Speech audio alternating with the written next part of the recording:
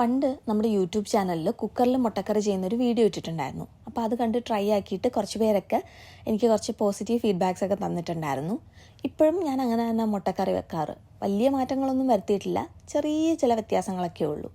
നമ്മുടെ വീട്ടിലെ അമ്മമാർ ഗസ്റ്റൊക്കെ വരുമ്പോൾ മാത്രം എടുക്കുന്ന കുറച്ച് പാത്രങ്ങളില്ലേ, അതുപോലെ എൻ്റെ കേസിൽ ഈ ഉള്ളി വഴറ്റി കുറേ സമയമെടുത്ത് ചെയ്യേണ്ട കറികളൊക്കെ.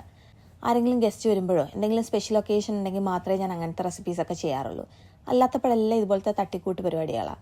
പക്ഷേ ഇങ്ങനത്തെ കറികൾ ഇവിടെ എല്ലാവർക്കും ഭയങ്കര ഇഷ്ടമാണ്, അതുകൊണ്ട് ഞാൻ രക്ഷപ്പെട്ടു.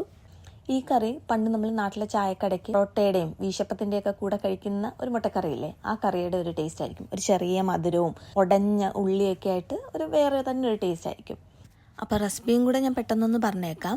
നമ്മൾ കുക്കറിൽ ഒരു ഇച്ചിരി എണ്ണ ഒഴിച്ച് അതിനകത്തോട്ട് ഉള്ളി, തക്കാളി, പച്ചമുളക്, ഇഞ്ചി, വെളുത്തുള്ളി ചതച്ചത്, ഉപ്പ്, മഞ്ഞൾപ്പൊടി, മല്ലിപ്പൊടി, മുളക് പൊടി ഇത്രയും കൂടെ ചേർത്ത് ഒരു 5 മിനിറ്റ് വഴറ്റി കൊടുത്തിട്ട് കുറച്ച് വെള്ളവും കൂടെ ഒഴിച്ച് കുക്കർ മൂടി വെച്ച് ഹൈ ഫ്ലെയിമിൽ 2 വിസിൽ.